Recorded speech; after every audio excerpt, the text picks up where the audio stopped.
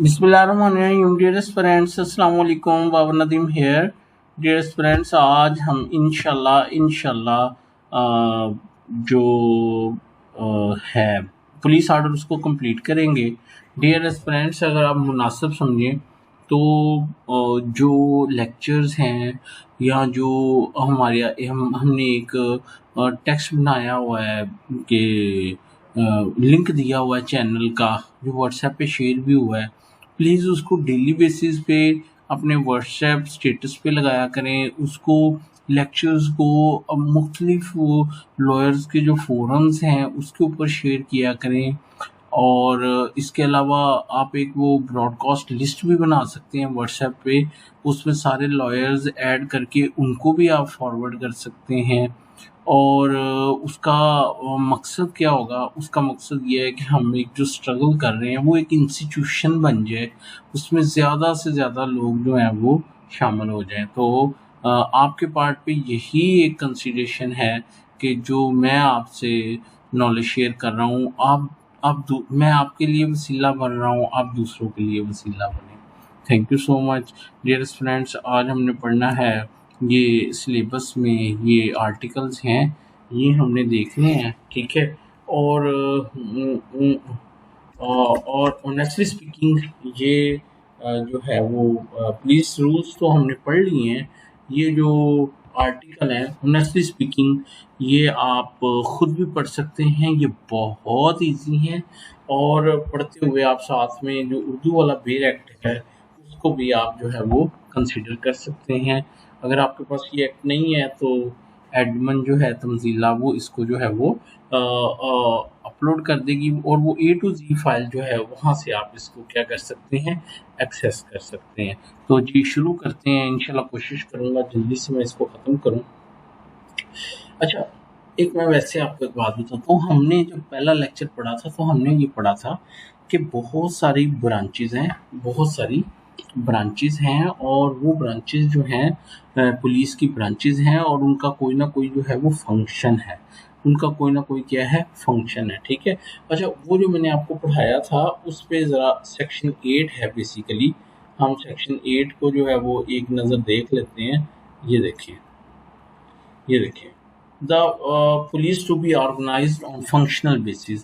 The police establishment constituted under Article 7 shall, as far as practicable, be organized on functional basis into branches, divisions, bureaus, and sections. The branches, divisions, bureaus, and sections referred to in class may include, अब वो branches के नाम है, intelligence, investigation branch, intelligence, watch and ward, reserve police, police accountability, personal management, ठीक है, education and training, crime prevention ये important है, ठीक है। अच्छा जी, अब आपने देखा कि ये उनकी मुख्तलिफ किस्म के उनके विंग हैं, उनकी जो ब्रांचेज हैं वो क्या कर रही हैं, वो काम कर रही हैं। अब बच्चों, मैंने आपको कहा था ना कि खुद से सीखें कैसे पढ़ना है। अब अगर आपने इसकी इम्प्लीमेंटेशन देखनी है, इस लॉ की इम्प्लीमेंटेशन देनी है, तो आप गूगल पे जाके लिखें पंजाब पुलिस। क्या लिखें? गूगल पे जाके लिखें आप पंजाब पुलिस, और वहाँ पे जो है वो आपको जो है वो जाके लिखें पंजाब पुलिस, और वहाँ पे आपको मिलेगा, यहाँ पे आप लिखें ना पंजाब पुलिस, पंजाब,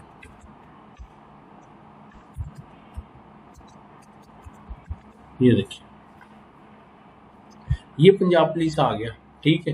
तो ये ले, इसको खोलें। अब यहाँ पे आपको उसकी इम्प्लीमेंटेशन नज़र आएगी, जो प्रैक्टिकली जो काम कर रहे हैं इस वक्त मुख्तलिफ डिपार्टमेंट्स, तो उनकी जो है वो डिटेल वहाँ पे आपको जो मिल जाएगी, सारा कुछ, ठीक है।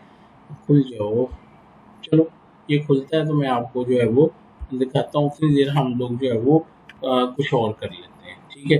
तो अब आपको पता चल गया कि पुलिस में जो वो उसकी बहुत सारी डिवीजन ब्रांचेज में होगी, और वो ब्रांचेज ये होंगी, ठीक है। अच्छा, फिर आगे क्या कहता है? अच्छा जी, फिर कहता है जी, the specialist investigation shall be operationally responsible to the officer in charge of the investigation branch। ठीक है, अच्छा इसको आप छोड़िए, अब हम चलते हैं अपने सिलेबस पे वापस। और बच्चों जो पहला लेक्चर पढ़ाया है ना, उनमें से कम आपके 3-4 एमसीक्यूज क्लियर हैं। ठीक है, उसको अपने अच्छे से करना है, अच्छे से करना है उसको। ठीक है, separation of investigation function, there shall be separation of investigation from the other functions of the police। देखिए कि पुलिस की ब्रांचेज है ना, एक इन्वेस्टिगेशन ब्रांच हो जाएगी, एक ऑपरेशनल ब्रांच हो जाएगी। एक क्या हो जाएगी? ऑपरेशनल ब्रांच हो जाएगी, जिसको वो हमने उधर पढ़ा था प्रिवेंशन ऑफ क्राइम वाली ब्रांच। ठीक है, तो वो क्या होगी कि वो ये कह रहा है कि वो दोनों ब्रांचेस जो हैं, उसका जो इन्वेस्टिगेशन ब्रांच है उसका पुलिस के जो दूसरे फंक्शंस हैं, जो दूसरे विंग्स हैं, उनसे वो सेपरेट होगी। यानी इन्वेस्टिगेशन की ब्रांच जो है वो कोई दूसरे ब्रांच में मिक्स अप नहीं होगी, बल्कि एक्सक्लूसिव बाइफरकेशन होगी। सिर्फ और सिर्फ जो है वो इन्वेस्टिगेशन के लिए एक ब्रांच जो है वो क्या की जाएगी, बनाई जाएगी। ठीक है, अच्छा उसके बाद अच्छा कह रहा है subject two clause 3 the district investigation branch shall investigate under the supervision of the head of district investigation branch all cases registered in the district। ठीक है, अच्छा अब जो हर डिस्ट्रिक्ट पे जो इन्वेस्टिगेशन ब्रांच बनेगी उसको कहेंगे डिस्ट्रिक्ट इन्वेस्टिगेशन ब्रांच, और वो किसकी सुपरविजन में करेगी, इन्वेस्टिगेट चलेगी? Head of district investigation branch. Head of district, देखो हेड ऑफ डिस्ट्रिक्ट वो जो पढ़ा था डीपीओ, सीसीपीओ और सीपीओ, और हमने पढ़ा था कि सीपीसी जो वो क्या कहते हैं सीसीपीओ होगा, वो कम से कम वो क्या कहते हैं डिप्टी इंस्पेक्टर जनरल रैंक का जो है वो, या वो क्या कहते हैं एडिशनल इंस्पेक्टर जनरल होगा, और जो वो होगा सीपीओ जो है उसका ये रैंक होगा, और डीपीओ का ये रैंक होगा। तो ये उसकी बात नहीं कर रहा, ये हेड ऑफ डिस्ट्रिक्ट की बात नहीं कर रहा, ये कह रहा है head of district investigation branch.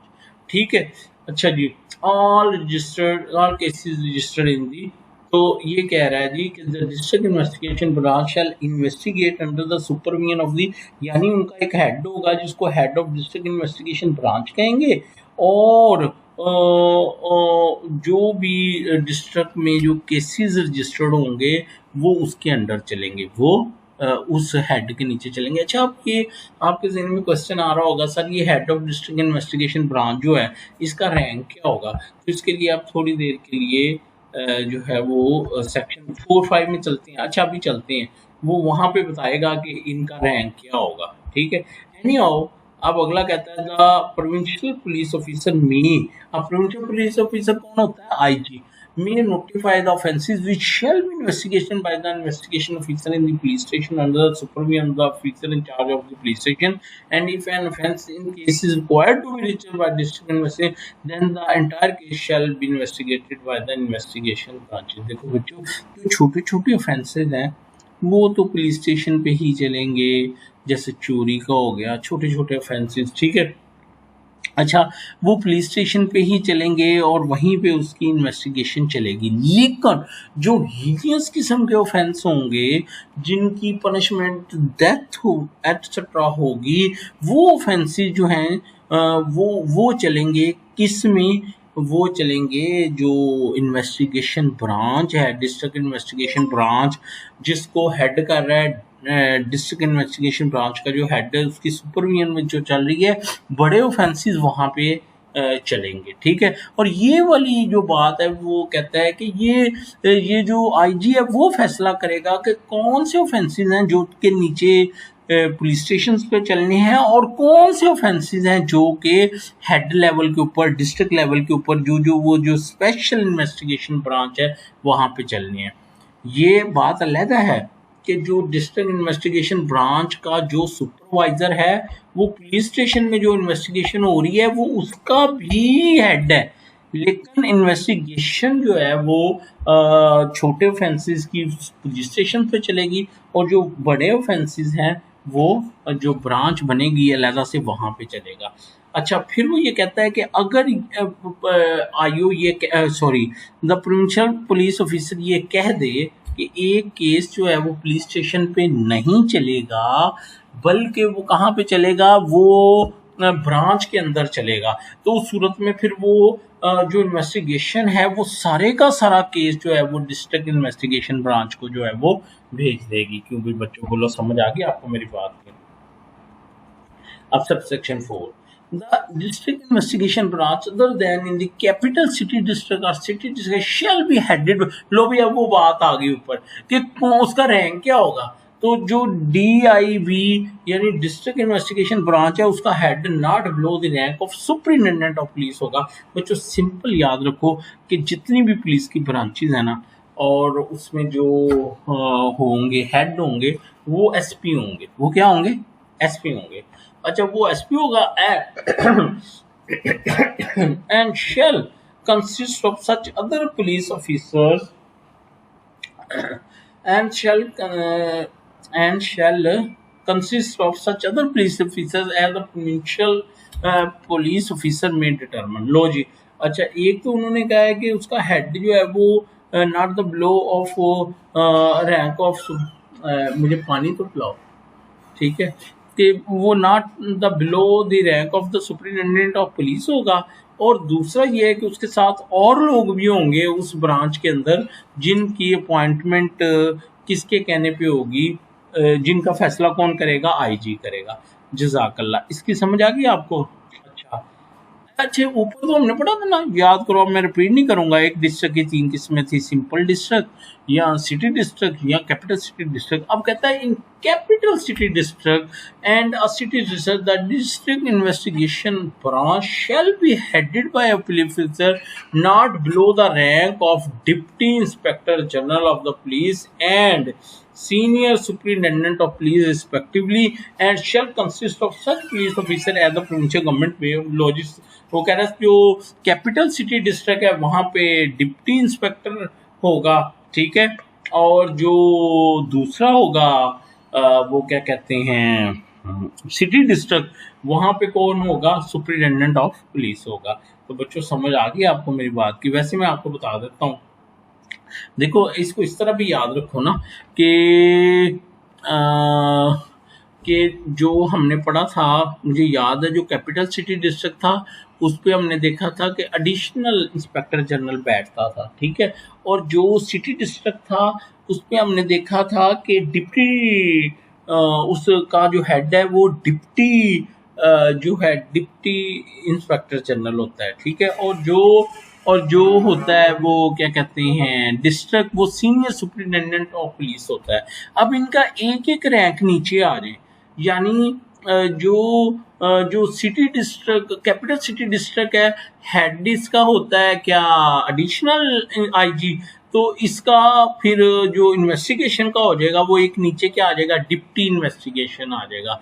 इसी तरह जो सिटी डिस्ट्रिक्ट है उसका डिप्टी इन्वेस्टिगेशन होता है, तो उससे नीचे सीनियर सुपरिटेंडेंट ऑफ पुलिस जो है उसका इन्वेस्टिगेशन ब्रांच का हेड बन जाएगा। इसी तरह जो DPO जो प्रोविंशियल लेवल है उसके ऊपर जो हेड होता है वो होता है जी सीनियर सुपरिटेंडेंट ऑफ पुलिस, तो उससे नीचे जो है वो SP आ जाएगा।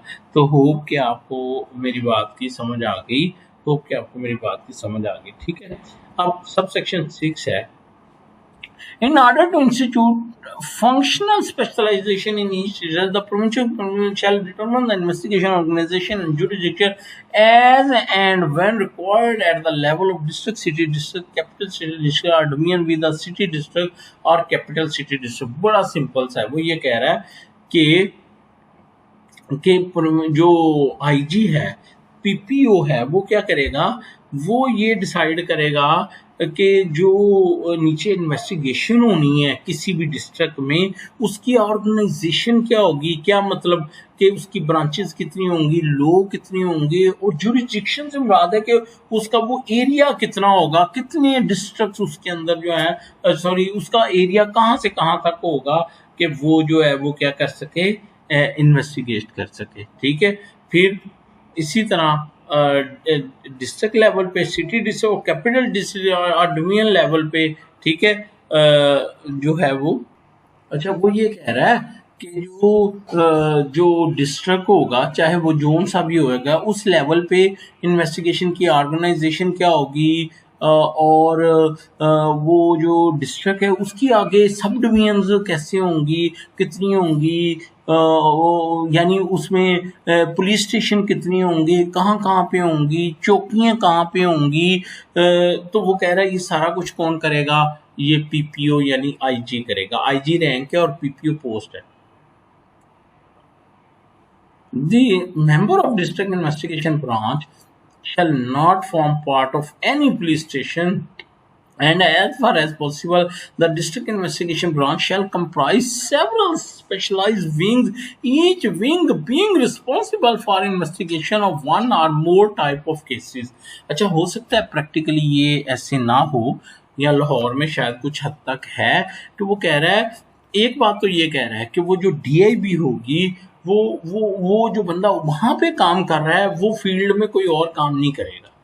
ठीक है, देखो ना, एक है ब्रांच इन्वेस्टिगेशन की जिसने इन्वेस्टिगेशन करनी है, एक है वो ऑपरेशनल ब्रांच जिसने फील्ड में जाना है, जिसने क्राइम को रोकना है, जिसने ट्रैफिक को भी कंट्रोल करना है, व्हाटसोएवर है। ठीक है, तो वो कह रहा है कि जो इन्वेस्टिगेशन के बंदे होंगे वो सिर्फ इन्वेस्टिगेशन से रिलेटेड काम करेंगे, कोई और काम नहीं करेंगे, और उस इन्वेस्टिगेशन ब्रांच के अंडर भी विंग्स होंगे, जैसे वो लीगल विंग, फलाना विंग, एसपीए। ठीक है, तो ये उसकी बात हो रही है। The head of the district investigation branch shall be directly responsible to the head of the district। ठीक है, ठीक है। द सुपरवाइजरी ऑफिसर कौन, वही जो head of the district investigation branch है, वो क्या करेगा, shall ensure timely completion and verification of the investigation, में समन द इन्वेस्टिगेशन ऑफिसर और team of officer review the case file, evaluate the evidence, in case shall issue instruction to the investigation team officer in the form of in the form of a case diary। मेरा नहीं ख्याल इसमें कोई भी मुश्किल चीज है, ठीक है, कि जो कि समझने वाली हो। Supervisory officer not below the rank of deputy superintendent of police may verify the correctness of the investigation and accuracy of conclusion of investigation by writing a case diary before submission of a report in the court। अच्छा, ऊपर हमने पढ़ा था ना, जो head of the investigation branch होगा, एक उसकी अपॉइंटमेंट जो, और उसके अलावा अदर ऑफिसर जो होंगे उनकी अपॉइंटमेंट पीपीओ करेगा। अब वो कहता है कि एक तो हेड हो गया ना, उसके साथ एक और ऑफिसर होगा जिसका रैंक डीएसपी से कम नहीं होगा, और वो क्या करेगा, वो इन्वेस्टिगेशंस को चेक करेगा। ठीक है, और उनके वो रिजल्ट वगैरह चेक करेगा। ठीक है, और वो क्या करेगा, उसके बारे में अपना एक केस डायरी लिखेगा। ठीक है, before submission report to the court को भेजने से पहले उसके बारे में अपना एक क्या करेगा, व्यू देगा। ठीक है बच्चों, समझ आ गए मेरे पास।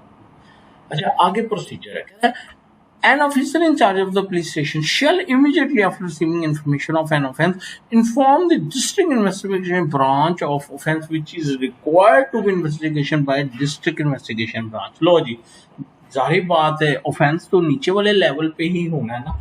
जो ही उसको कोई ऐसे ऑफेंस की इंफॉर्मेशन मिली है जिसकी इन्वेस्टिगेशन ब्रांच ने करनी है, तो वो उनको इन्फॉर्म कर देगा। If the head of the district investigation branch is of the opinion that a case district is not in its jurisdiction, he shall under intimation to the head of district police send the case for further investigation to the officer in charge of the police station। लो जी, जब वो branch के head को ये लगे कि ये जो case है ये ब्रांच का नहीं है बल्कि ये तो पुलिस स्टेशन के ऊपर चलने वाला केस है, तो वो अपने हेड को बताते हुए क्या करेगा, केस को किधर भेज देगा, उस पुलिस स्टेशन पे भेज देगा। ठीक है, if the officer in charge of the police station is for reason to be recorded of the opinion that a case under investigation by the police station staff is required to be investigation by the district investigation branch, he shall under intimation to the head of district police send the case for further investigation to the district investigation branch। इसी तरह वो कह रहा है कि जब police officer उसको पता चलेगा एसएचओ को कि भाई ये ऑफेंस तो ब्रांच का है, ये ऑफेंस तो वो अपने हेड को लिखते हुए क्या करेगा, यानी किसको, डीपीओ सीसीपीओ या जो सीपीओ है उसको लिखते हुए क्या करेगा कि वो उधर उसको भेज देगा डिस्ट्रिक्ट इन्वेस्टिगेशन ब्रांच में। Accept in case of emergency notified by the police officer for a specific period, the member of district investigation branch shall not be employed for duty other than N investigation. तो एक बार फिर वो ये बात कहता है, वो कहता है कि जो इन्वेस्टिगेशन के बंदे हैं उनको कोई एक्स्ट्रा ड्यूटी जो है वो नहीं दी जाएगी। ठीक है, मेरा ख्याल है कि सेक्शन 18 हमारे सिलेबस में नहीं है, सेक्शन 18 ए हमारे सिलेबस में नहीं है, तो आगे है सेक्शन 111। अल्लाह अकबर।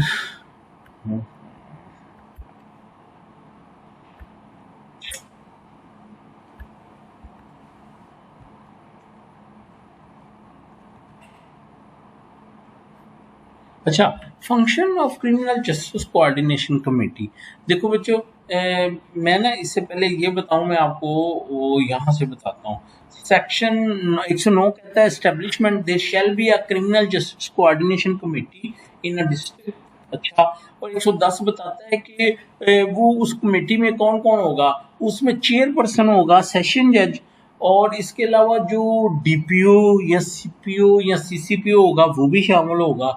इसके अलावा जो डीपीपी साहब प्रोसिक्यूशन के हेड हैं वो भी होंगे। इसके अलावा सुप्रिटेंडेंट जेल भी बैठेगा। इसके अलावा प्रोबेशन ऑफिसर भी बैठेगा। इसके अलावा पेरोल ऑफिसर भी बैठेगा। और इसके अलावा जो हेड ऑफ इन्वेस्टिगेशन है, ठीक है, वो भी क्या करेगा, वो भी वहाँ पे बैठेगा उस डिस्ट्रिक्ट का। और वो क्या करेंगे ये हम आगे चल के जो है वो देखेंगे। Function of the criminal justice coordination committee, the committee criminal justice coordination committee shall keep under review the operation of the criminal justice system and work toward the improvement of the system as a whole. कि उन लोगों का, उन बड़े दिमागों का काम ये होगा कि वो ये देखें कि हमने जस्टिस के लिए इस सिस्टम को कैसे इम्प्रूव करना है। ठीक है, इसको कैसे बेहतरी की तरफ जो है वो लेके जाना है। Promote understanding, cooperation and coordination in administration of the criminal justice system. देखें ना बच्चों कि एक अदालत में बैठा मजिस्ट्रेट, एडिशनल सेशन जज और वो लिटिगेंट, और लॉयर्स, और फिर जेल, और फिर वो प्रिजनर्स, और ये सारा मिलके क्या बना रहे हैं, एक सिस्टम बना रहे हैं। और इनके हेड कहाँ है, वो ये हैं सेशन जज साहब, और वो डीपीओ या सीसीपीओ या डीपीओ, और वो डीपीपी साहब प्रोसिक्यूटर साहब, और सुप्रिटेंडेंट जेल साहब, प्रोबेशन ऑफिसर साहब। ये सारे मिलके क्या तय करेंगे कि हमने किस तरह बेहतरीन तरीके से जो है वो क्रिमिनल जस्टिस सिस्टम को जो है वो चलाना है। उसके बाद तीसरा क्या है, वो काम क्या करेंगी, वो जो कोऑर्डिनेशन कमेटी वो क्या करेगी, exchange information and give advance notice of local development which may affect other parts of the system। एक दूसरे से इंफॉर्मेशन शेयर करेंगे, ठीक है, और उसके लिए वो लोकल जो डेवलपमेंट है उसके लिए वो क्या कहते हैं एक दूसरे को बताएंगे, जिससे सिस्टम क्या हो, बेहतर हो। ठीक है, formulate coordinated priorities and plan of give effect to the locally agreed policies. ठीक है, और फिर वो जो लोकल लेवल पे पॉलिसीज हैं उसके लिए वो एक दूसरे को प्लान देंगे कि किस तरह हमने एक दूसरे के साथ कोऑर्डिनेशन के साथ उसको कंप्लीट करना है। Raise relevant issues with the appropriate authorities, एक दूसरे से गिले शिकवे या एक दूसरे से जो मसले मसाइल या एक दूसरे के से जो इश्यूज होंगे उनको डिस्कस किया जाएगा। Promote the spread of good practices. ठीक है, कि जो अच्छी रवायात जो हैं वो कायम की जाएंगी, ठीक है। एक दूसरे के साथ मसाली किस्म का जो है वो ताउन किया जाएगा। Review the implementation of any decision taken by the criminal justice coordination committee, पहले जो उन्होंने डिसीजन ली थी वो उसको क्या कर सकेंगे, रिव्यू कर सकेंगे। The meeting of the criminal justice coordination shall be held at least once a month. अब इसको हाईलाइट कर लें, ये हो जाएगा आपका objective. The secretary of the committee shall record the minutes of the meeting, और सेक्रेटरी उसके मिनट्स ऑफ मीटिंग जो है वो क्या करेगा, वो लिखेगा। तो बच्चों ये था सेक्शन 111 तक हो गया। अब हमने पढ़ कौन सा लिया है, आर्टिकल 18 पढ़ लिया है, आर्टिकल 111 पढ़ लिया है। अब हम चलते हैं आर्टिकल 114 के ऊपर। Article 114 code of conduct. The provincial police officer and capital city police, देखे ना, हर डिपार्टमेंट का, आप लॉयर हो आपका एक कोड कंडक्ट है, मैं एक जज हूँ मेरा एक कोड ऑफ कंडक्ट है, पुलिस है उसका एक कोड ऑफ कंडक्ट है। The provincial police officer PPO and capital city police officer shall issue the code of conduct to regulate police practices in respect of, ठीक है। अच्छा, अब आपको ऑब्जेक्टिव आ सकती है, वो कहेगा कि who is empowered to regulate the who is empowered to make the code of conduct of the police।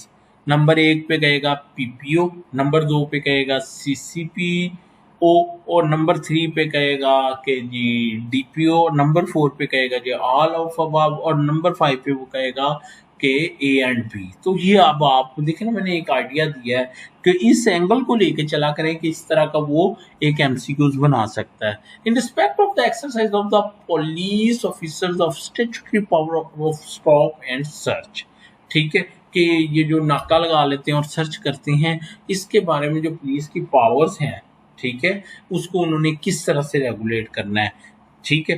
The searching of premises by police officer and the seizure of property found by police officer on persons or premises. फिर इसके बारे में code of conduct बनेगा कि उन्होंने किसी building की तलाशी कैसे लेनी है और उन्होंने किसी प्रॉपर्टी को जब्त कैसे करना है, ठीक है। आगे the detention treatment and question of person by police officer. फिर उन्होंने क्या करना है जी, इस पे भी कोड ऑफ कंडक्ट करना है कि एक बंदे को कैद में कैसे रखा जाएगा, उसका इलाज कैसे होगा, ठीक है, और फिर दीगर उनके जो सवालात होंगे उनको किस तरह से पुलिस ने टैकल करना है, ठीक है। The identification of person by police officer, इसके बारे में भी वो क्या करेंगे, एक कोड ऑफ कंडक्ट जो है वो जारी करेंगे। Subject to the rules, a police officer contravening the code of conduct may be awarded one or more punishment provided under article 113, ठीक है। एनी हाउ उसको सजा दी जा सकती है। अब ये हमने पढ़ा, 114 पढ़ लिया, उसके बाद वो कहता है 134 पे चले जाओ, हम 134 पे चले जाते हैं। ये पता नहीं उसको कैसे रहम आ गया, नहीं तो उसने पूरा ही पुलिस आर्डर लिखना था। अच्छा जी, 134 आ जाओ। Responsibility of police in relation to the unclaimed property. It shall be the duty of the police officer to take charge and make inventory of any unclaimed property founded by and made over to him and furnish a copy of inventory to the head of the district police without delay, who shall send a copy of the same to the district public safety commission। लो जी, वो कह रहा है कि देखे ना, एक police officer को अगर कोई किसी जाए वकुआ से कोई प्रॉपर्टी मिलती है जिसका कोई वाली वारस नहीं है, या उसको कहीं कोई गाड़ी मिली, तो अब वो अथॉरिटी में है, वो एप्रीहेंशन ये हो सकती है वो उसका मिसयूज करे, उसको अपने मकसद के लिए इस्तेमाल करे, तो उस पर चेक एंड बैलेंस के लिए आर्टिकल 134 ये कहता है कि वो उसकी मौके पे इन्वेंट्री यानी वो बनाएगा, फर्द वगैरह लिखेगा उसकी, ठीक है, और फिर क्या करेगा, उसकी एक कॉपी जो है वो हेड ऑफ डिस्ट्रिक्ट को, डीपीओ या सीपीओ या सीसीपीओ को भी भेजेगा, ठीक है, और एक उसकी कॉपी जो है वो डिस्ट्रिक्ट पब्लिक सेफ्टी कमीशन को भी भेजेगा, ठीक है।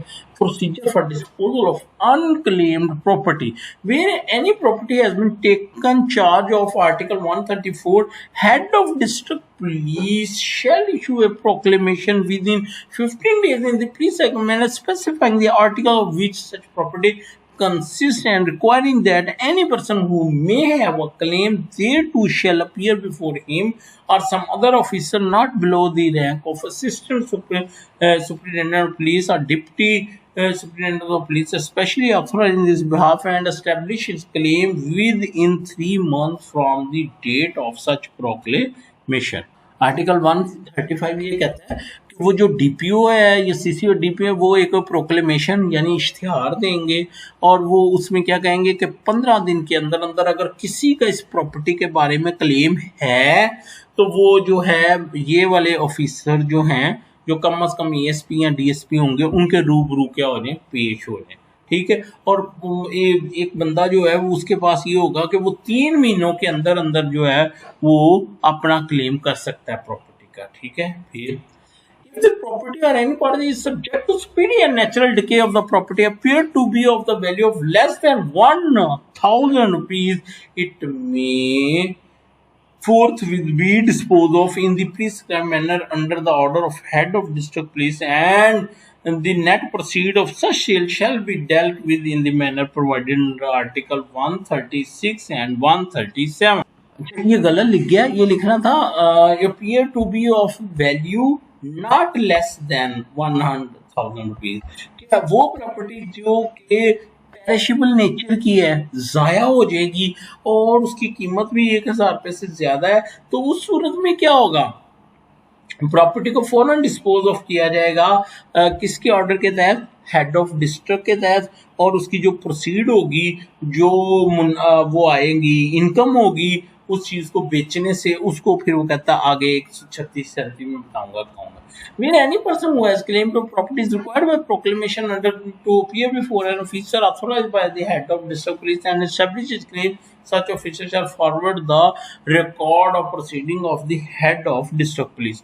अब वो कहता है कि अगर कोई जैसे सबसेक्शन 1 में कहा था कि कोई एसपी या डीएसपी के सामने पेश होकर अपना क्लेम जो है वो क्या कर सकता है, एस्टेब्लिश कर सकता है, ठीक है। तो वो कहता है अगर किसी ने वो केस कर दिया है एस्टेब्लिश, ठीक है, तो फिर क्या होगा, फिर ये होगा कि सच वो जो ऑफिसर है जिसके सामने उसने वो किया वो किसको भेज देगा, वो रिकॉर्ड किसको भेज देगा, हेड ऑफ डिस्ट्रिक्ट को। देखो बच्चों यहाँ हमने ऊपर कहीं पढ़ा नहीं है डिस्पोजल, ये देखे ना, who may have claimed that shall appear before him or some other officer not belong to the rank of ASP and DSP, ठीक है। ये क्या है कि उसने प्रोक्लेमेशन किया और उसके बाद वो आदमी या तो उसके सामने पेश हो गया या वो एएसपी डीएसपी रैंक के बंदे के सामने पेश हो गया। अब ये वाला रूल जो है वो क्या कहता है कि अगर वो पेश हो गया है तो वो एएसपी या डीएसपी किसको इन्फॉर्म करेगा, वो हेड ऑफ डिस्ट्रिक्ट को उसके बारे में इन्फॉर्म करेगा, ठीक है, कि इसने ये प्रॉपर्टी क्लेम की है। Head of district police shall follow the direction of district public safety commission and disposal of the property, और वो हेड ऑफ डिस्ट्रिक्ट किसकी इंस्ट्रक्शन को फॉलो करेगा, डिस्ट्रिक्ट पब्लिक सेफ्टी कमीशन को। Section 136 delivery of property to the person entitled, head of district police on being satisfied of the title of any claimant to the possession or administration of the property issues under the article order the same to be delivered to him। लो जी, ये head of district police CPO DDPO DPO का अख्तियार है कि वो जो unclaim property है जिसका Clement है उसको हैंड ओवर कर दे। In case where there is more than one claimant to the same property the matter shall be referred to the head of district police to the competent authority. और जहां पे एक से ज्यादा दावेदार सामने आ जाएंगे तो फिर वो मैटर किसको है, हेड ऑफ डिस्ट्रिक्ट को भेज दिया जाएगा, ठीक है। बी रेफर्ड बाय द यानी हेड ऑफ डिस्ट्रिक्ट के तहत किसको भेज दिया जाएगा, कोर्ट को भेज दिया जाएगा कि आप इसको जो है वो करो, प्रोसीड करो, ठीक है। सेक्शन 137 है, वो कह रहा है disposal property if not claimant appears if no person established to his claim to such property within the period specified in claimant the property or such any part of them not already been sold and ये with the approval of the appropriate public safety commission be disposed of in the peace committee and the proceed shall be deposited in this रहिए, तो फिर उस property को बेच दिया जाएगा और उसकी प्रॉपर्टी खजाने में जमा करवा दी जाएगी। तो ये हो गया आर्टिकल 137। बच्चों बस थोड़ा सा रह गया, लो सेक्शन आर्टिकल रह गए, article 1 of 56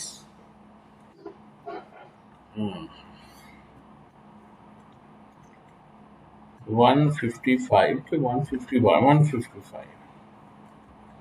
Offenses and punishment for police officer. Penalty for certain types of misconduct by police officer. Any police officer who make for obtaining release from service as police officer a false statement or a statement which is misleading in material particular or uses a false document for the purpose. ठीक है, पहला ये है कि वो कहता है कि कोई भी पुलिस ऑफिसर जो अपनी नौकरी से जान छुड़वाने के लिए, ठीक है, वो क्या करता है, झूठ बोलता है, कोई मिस स्टेटमेंट करता है, ठीक है, या कोई ऐसी स्टेटमेंट है जिससे कि दूसरा बंदा जो है वो क्या हो जाता है, मिडलेट हो जाता है, या कोई फॉल्स डॉक्यूमेंट पेश करता है, जैसे कोई छुट्टी लेने के लिए फॉल्स मेडिकल पेश कर देता है, सजा आगे चल के बताएगा, ठीक है, या वो police officer is guilty of cowardice or being a police officer of junior rank resign his office or withdraw himself from duties without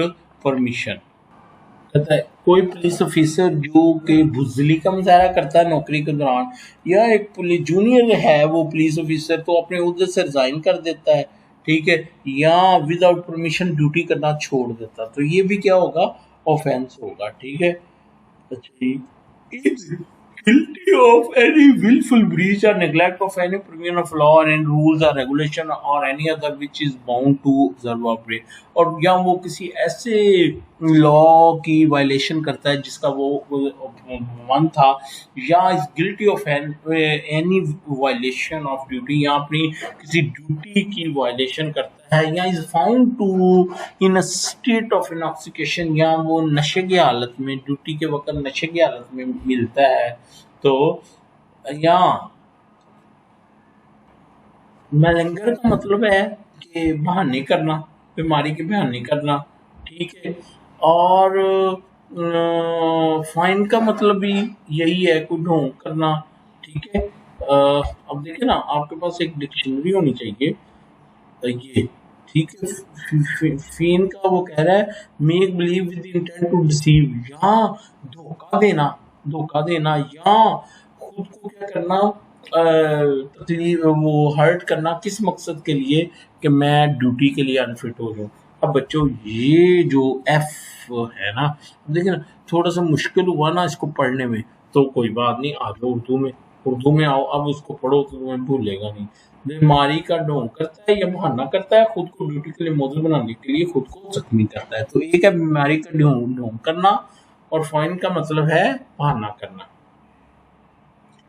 is grossly insubordinate to his superior officer or use criminal force against a superior officer, या अपने बालातर अफसर की फाश नाफरमानी करता है, या अपने किसी बालातर अफसर के खिलाफ मुल्ज़िमाना ताकत इस्तेमाल करता है, ठीक है, तो भी वो क्या होगा, ऑफेंस होगा। या engages himself or participating in any demonstration, procession or strike or resort to or in any way abet any form of strike or coercion or physical duress to force any authority to concern anything shall on conviction for every such will be punished with imprisonment for term which may extend to 3 years or with fine। अब इसको highlight करें, 3 साल तक की सजा और fine. अब ऊपर जितने भी हमने पनिशमेंट पढ़ी है उनकी सजा 3 साल तक होगी, और आखिरी ये है कि वो जब स्टेट के अगेंस्ट ही खड़ा हो जाता है और अपनों के खिलाफ ही वो बोलना शुरू कर देता है, या लोगों में बगावत के लिए उनको उकसाता है, तो उस सूरत में वो जो ऑफेंस होगा वो 3 साल तक पनिशमेंट होगा। Prosecution under this article shall require a report on writing by an authorised officer in this behalf under this article. लो जी, इस आर्टिकल के तहत जो है वो कार्रवाई करने के लिए एक कंप्लेंट चाहिए होगी, किसकी तरफ से, वो ऑथराइज्ड ऑफिसर, वो कोर्ट, वो पब्लिक सर्वेंट जो उसको रिकमेंड कर रहा है। तो होप कि आपको समझ करें, मेरी कोर्ट में एक पुलिस ऑफिसर है तो वो जानबूझ के मेरी इंस्ट्रक्शंस को नेग्लेक्ट कर रहा है और ऑर्डर को कंप्लाई विद नहीं कर रहा, तो उस सूरत में क्या होगा कि मैं उसका जो कंसर्न डीपीओ, सीसीपीओ, सीपीओ उसको एक लेटर लिखूंगा कि ये वाला इशू है और आप इसको प्रोसीड करो। Penalty for vicious entry, search, arrest, seizure of property, torture, etc. जो जानबूझ के करता क्या होगा? Whoever being a police officer without lawful authority or reasonable cause enter or searches or causes to enter or search any building, vessel, tent or place vexatiously and unnecessarily seizes the property of any person, vexatiously and unnecessarily detains, searches or arrests any person, inflict torture or violence to any person is considered shall for every such offence or conviction be punished with imprisonment for a term which may extend to 5 years and fine। तो जो ये वाले काम करता है, ठीक है, 2 number ये करता है, उसकी सजा जो है वो 5 साल और जुर्माना है। Section 157 penalty for unnecessary delay in producing arrested person in a court. Any police officer who vexatiously and unnecessarily delay the forwarding to a court or to any other authority to whom he is legally bound to forward any arrested person shall on conviction be punished with imprisonment for a term which may extend to 1 year and fine।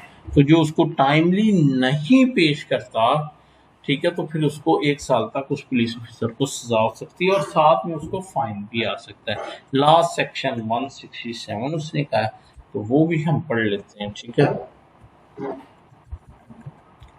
Maintenance of daily diary at a police station. A register of daily diary shall be maintained at every police station in such form and shall from time to time be prescribed and to record in the name of all complainants, person arrested, the offences charged against them, the weapon or other property that shall have taken from the possession or other way, and the name of the witness who shall have been एग्जामर्ड।